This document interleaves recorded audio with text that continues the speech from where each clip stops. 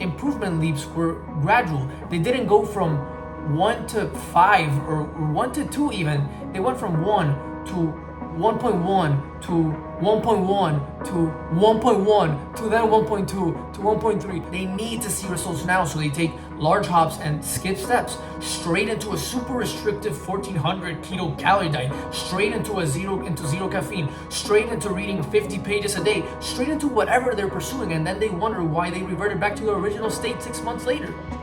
Progressless.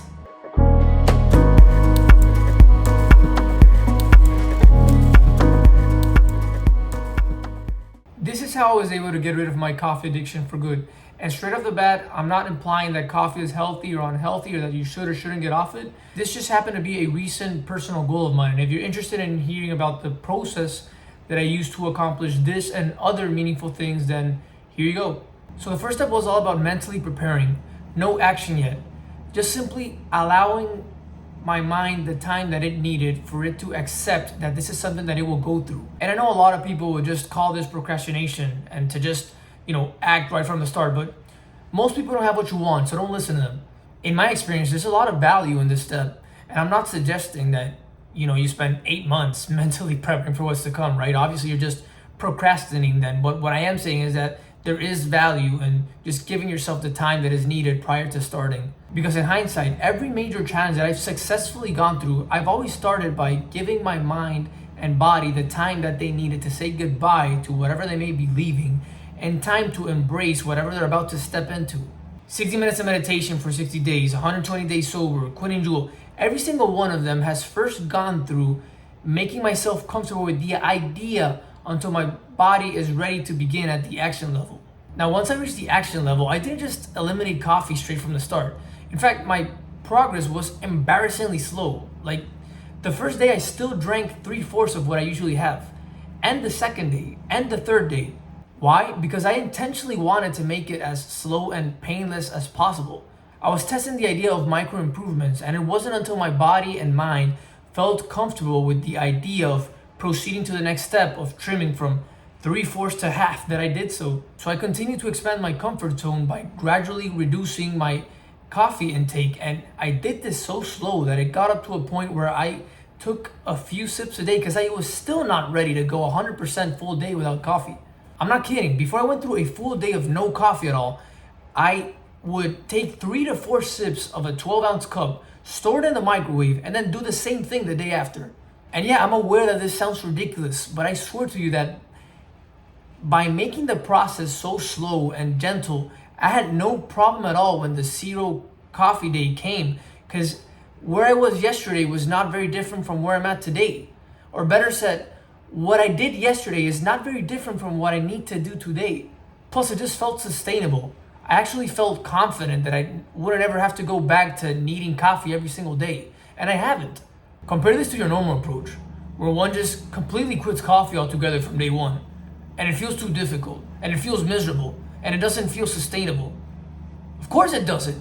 And of course it isn't. It's strategicless. How do you obtain a far-fetched goal? You don't obtain a far-fetched goal. You simply hop from one comfortable goal to a slightly less comfortable goal until that next slightly less comfortable goal turns out to be that far-fetched goal you were once pondering about. True, lasting change, in my experience, has never come from large hops. If you're pursuing growth correctly, you're not supposed to feel too anxious with the next step. Or do you think I was overwhelmed the first day I didn't drink coffee? No, because all I had to do was the same thing that I did the previous day, only 3 to 4 sips less. The gym knows this best, and if you lift, you're probably familiar with the concept already, progressive overload. If you're not, it's basically the fundamental rule to build muscle and strength. And what it teaches is that in order to get stronger, you need to be consistently increasing your workload over time. And this increase can be in the amount of weight you lift, it can be in the number of sets you perform, it can be in the number of reps you perform in each set, it can be in even the posture if you improve it. It gives you so many variables from which to choose from. So if last week I deadlifted 290 pounds for 5 repetitions across 4 sets, to improve, I don't have to necessarily increase the amount of weight. I can try improving my posture, I can do 5 sets instead of 4, I can do 6 reps instead of 5, I can even do 6 reps in only one of the total 4 sets, and this will still be an improvement. In other words, progressive overload, the gym gets it. It gets micro improvements. It knows that it needs to make the next step for me seem very little. So it provides me with all of these variables that allow the process to be gentle enough to a point where I would never contemplate on quitting because there's always so much room for improvement. Microplates are gold. Why? Because when I need to improve something from last week's 290-pound deadlift session, what else is better to grab than 2.5 pounds? What can be gentler? If they didn't exist, it's very possible that the leap would be too large with the regular 5-pound plates and I'd be overwhelmed. Microplates make the improvements seem inconsequential, laughable even. And that's exactly what you want. For the change to seem almost futile, because if you perceive it in such a way, then it means that you won't ever have a problem doing it. And if you don't have a problem doing it, then you will never stop improving because those increments, even though they make you laugh and they seem like they're not making anything, they're increments nonetheless. So I've even started to take pride in how small of a step I can make things because I realized that the smaller the improvement, the more likelihood there is that I'll do it next time. And the harder the improvement, the more likelihood there is that I'll be scared off and that I'll not continue to do it. Now, the strategy might sound simple, but the average person cannot go through this longer route because it requires patience and humility. Ask around, do you think 2.5-pound plates are popular? Not really. Most people's egos don't allow them to see value in small improvements.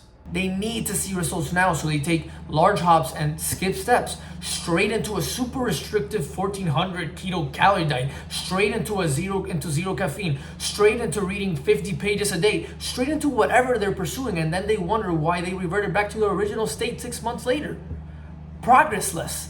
In one of my last videos, I spoke about how I was able to get rid of a needle phobia that I used to have, and it was through applying this same strategy of micro improvements. I gradually exposed myself to situations where I was faced with needles, but the process was slow and gentle. The first time that I went in to get my blood drawn, I did so with AirPods, so I was fully distracted from what was even going on. And the second time, AirPods again. Third time, AirPods. Fourth time, okay, maybe now lose the AirPods.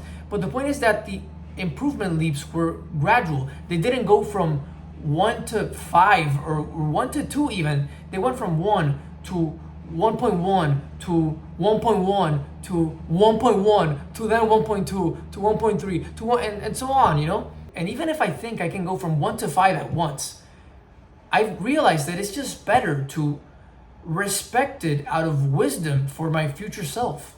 So I invite you to try this strategy out in whatever current goal you may be pursuing or are thinking of pursuing in the future. Because not only will it make it much less painful, but it will also increase the probabilities of making whatever change you're looking for to actually stick. All right, guys, and that sums up today's video. Thank you so much for everyone who tuned in. I really hope that this video serves of use to you, that you found some value. And if you did, I would really appreciate it if you share with a friend, if you click like button, subscribe. We'll take all the support we can get. But besides that, I love you guys and I will see you in the next one. Peace.